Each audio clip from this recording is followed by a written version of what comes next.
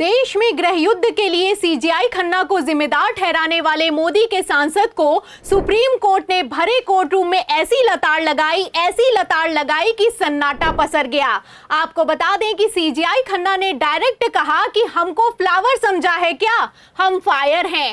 इतना कहना भर था कि मोदी के सांसद निशिकांत दुबे की हालत खराब हो गई।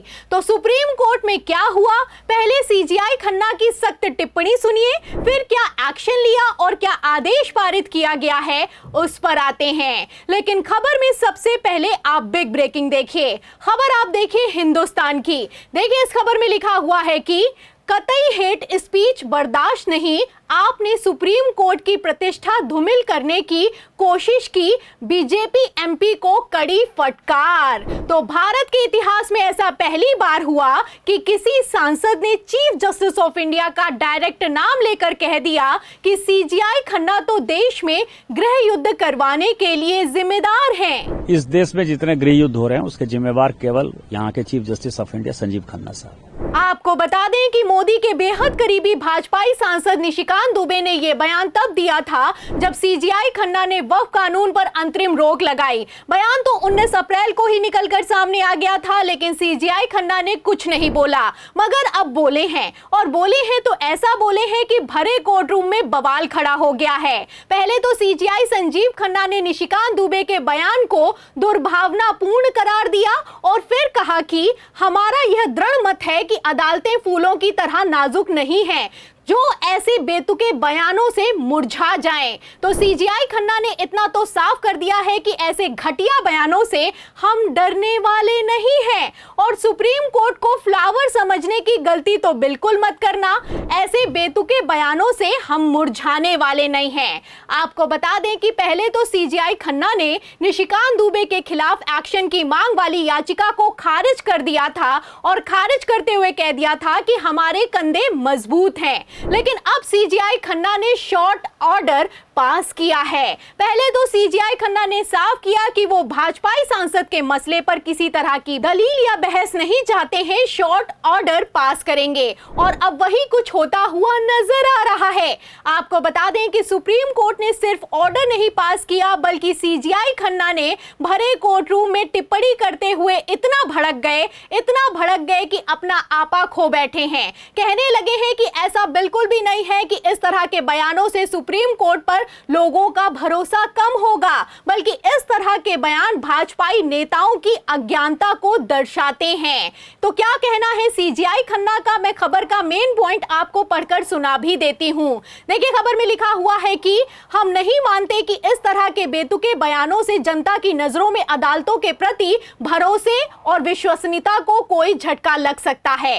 हालांकि यह बिना किसी संदेह के कहा जा सकता है कि ऐसा प्रयास जानबूझकर किया जा रहा है। तो सीजीआई संजीव खन्ना बोल तो निशिकांत दुबे को रहे थे, लेकिन क्लियर मैसेज उपराष्ट्रपति धनखड़ तक भी पहुंच गया है, क्योंकि वक्फ पर लगी अंतरिम रोक के बाद कैसे जगदीप धनखड़ ने भी सुप्रीम कोर्ट को टारगेट किया और बयान दिया कि सुप्रीम कोर्ट लोकतंत्र के खिलाफ काम कर रहा है, आप जानते हैं। आपको बता दें कि सीजीआई खन्ना ने अपने आदेश में साफ कर दिया है कि भाजपाई सांसद निशिकांत दुबे ने सुप्रीम कोर्ट की छवि को धूमिल करने और नफरत फैलाने का काम किया है और यह किसी भी कीमत पर कतई बर्दाश्त नहीं किया जाएगा। फिलहाल सुप्रीम कोर्ट अभी किसी तरह का कोई आदेश पारित नहीं हुआ है, लेकिन जैसे एक्शन लिया गया है, टिप्पणी की गई है, इससे इतना तो साफ है कि शेखी बघारने के चक्कर में भाजपाइयों को सुप्रीम कोर्ट से मुंह की खानी पड़ी है। और यहां पर मैं आपको बता दूं कि सीजीआई संजीव खन्ना के हटने के बाद तो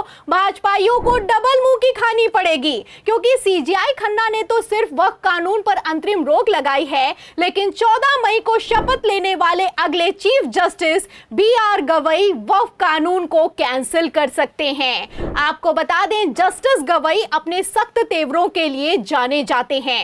इलेक्टोरल बॉन्ड से लेकर नोटबंदी और बुलडोजर के एक्शन पर कई अहम फैसले सुनाए हैं। जस्टिस गवई ने तो बुलडोजर एक्शन को लेकर लेकर यहां तक कह दिया कि ये असंवैधानिक है। तो इस तरह के फैसले जस्टिस गवई की तरफ से जब निकलकर सामने आए हैं तो वक्फ कानून का क्या होने वाला है समझने वाले अपने आप में समझते हैं। फिलहाल सवाल तो ये खड़ा होता है कि क्या वक्फ कानून भी सुप्रीम कोर्ट से असंवैधानिक होगा।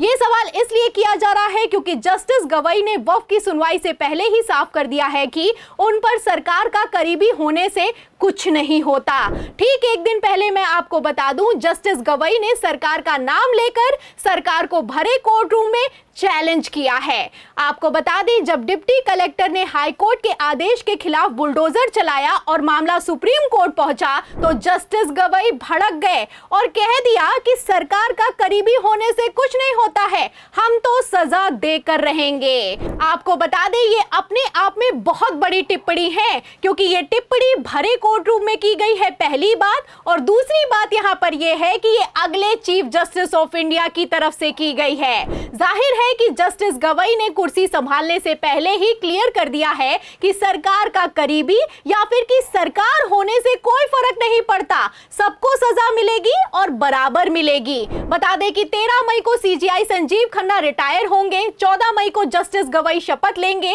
और 15 मई को सुप्रीम कोर्ट में वक्फ के मसले पर सुनवाई होने वाली है। वो सुनवाई होने वाली है जिसको लेकर सीजीआई संजीव खन्ना को टारगेट किया गया, गृह युद्ध करवाने के लिए जिम्मेदार ठहराया गया।